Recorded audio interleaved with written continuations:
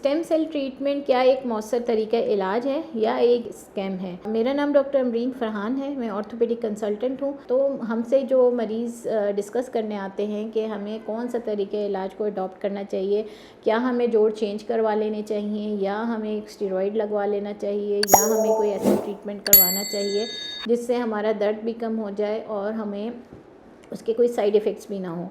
मैं अपने मरीज़ों को जो गाइड करती हूँ, देखें हर तरह का तरीका इलाज मुख्तलिफ़ किस्म की स्टेज ऑफ आर्थराइटिस के लिए मुनासिब है। जिनको सीवियर आर्थराइटिस है, ऑस्टियो आर्थराइटिस का अगर ग्रेड 4 आर्थराइटिस है जिसमें बिल्कुल कार्टिलेज ख़त्म हो गया है, चिकनाहट बिल्कुल नहीं है और हड्डी के ऊपर चढ़ी हुई है, ऐसी कंडीशन में जॉइंट रिप्लेसमेंट के अलावा कोई और ऑप्शन नहीं होता।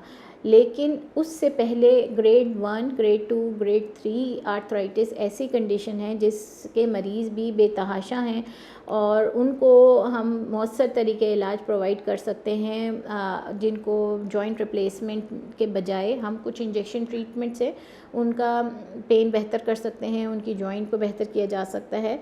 स्टेम सेल ट्रीटमेंट कोई स्कैम नहीं है, लेकिन पेशेंट सिलेक्शन बहुत अहम है कि किस मरीज़ में स्टेम सेल ट्रीटमेंट फ़ायदा करेगा, किस मरीज़ में नहीं करेगा। तो इस चीज़ पर हम बात कर लेते हैं कि स्टेम सेल ट्रीटमेंट होता क्या है। स्टेम सेल ट्रीटमेंट हम मरीज़ के ही सेल्स लेके बॉडी के, जिसमें फ़ैट सेल्स ले सकते हैं, बोन मेरो ले सकते हैं और ब्लड से भी स्टेम सेल्स ड्राइव किए जाते हैं। स्टेम सेल्स हमारी बॉडी में ऐसे सोए हुए सेल्स होते हैं जो पैदाइशी हमारे पास मौजूद होते हैं अल्लाह ताला की तरफ से, और वो सोए हुए सेल्स होते हैं जिसको मेसेनकाइमल स्टेम सेल्स कहते हैं। उनको अगर हम सेपरेट करके एक्टिवेट करें तो वो मल्टीप्लाई होते हैं और वो दूसरे सेल्स में कन्वर्ट होके रिपेयर का काम कर सकते हैं, हमारी बॉडी में हीलिंग करवा सकते हैं।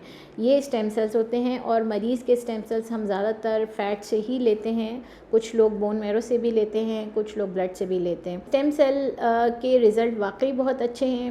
मेरी अपनी प्रैक्टिस है, मैं 15 ईयर्स से ये प्रोसीजर्स कर रही हूँ और उसमें हमारे पास बहुत अच्छे रिज़ल्ट्स मिलते हैं। हमें मरीज़ को सिलेक्शन है हमारे लिए कि किस मरीज़ में स्टेम सेल फ़ायदा करेगा, किस मरीज़ में फ़ायदा नहीं करेगा। जैसे घुटनों का आर्थराइटिस है, इसी तरीके से लोगों की कमर का आर्थराइटिस हो जाता है, गर्दन के आर्थराइटिस बहुत कॉमन है।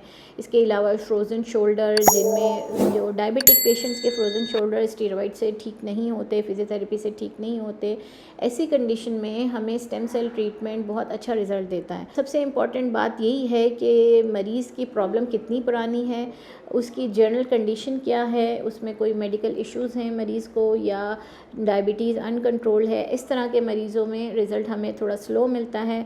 लेकिन ऐसे तमाम मरीज़ जिनको कोई और मेडिकल इश्यूज़ नहीं हैं, जो ओबीज़ नहीं हैं और जिनका हेल्दी लाइफस्टाइल है, उन मरीज़ों में स्टेम सेल्स के बहुत अच्छे रिज़ल्ट्स हैं। कहने का मकसद ये है कि स्टेम सेल ट्रीटमेंट कोई गिमिक नहीं है, कोई स्कैम नहीं है। Stem cell treatment really it's a very good treatment और मेरे पेशेंट्स मुझसे बहुत सेटिस्फाइड हैं। मैं हर मरीज़ को ये कहती हूँ कि आप पहले अपना प्रॉपर एवेल्यूएशन करवाएं कि आपके लिए स्टेम सेल ट्रीटमेंट फ़ायदा करेगा या नहीं करेगा, या आपके लिए सर्जरी की तरफ जाना ज़्यादा बेहतर है।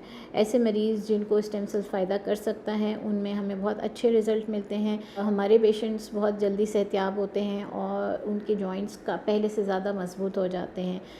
इस सिलसिले में मैं यही एडवाइस करूँगी कि आप अगर इस सिलसिले में मशवरा करना चाहें तो मेरी ओपीडी में विज़िट कर सकते हैं, मेरे नंबर्स पे कांटेक्ट कर सकते हैं और अपना इवैल्यूएशन करवाएं।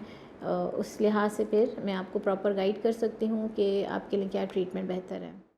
पाकिस्तान के टॉप डॉक्टर्स के साथ अपॉइंटमेंट बुक करें, वो भी पेशेंट फीडबैक देखते हुए। आज ही ओला डॉक ऐप डाउनलोड करें। ओला डॉक, डॉक्टर का अपॉइंटमेंट आसानी से।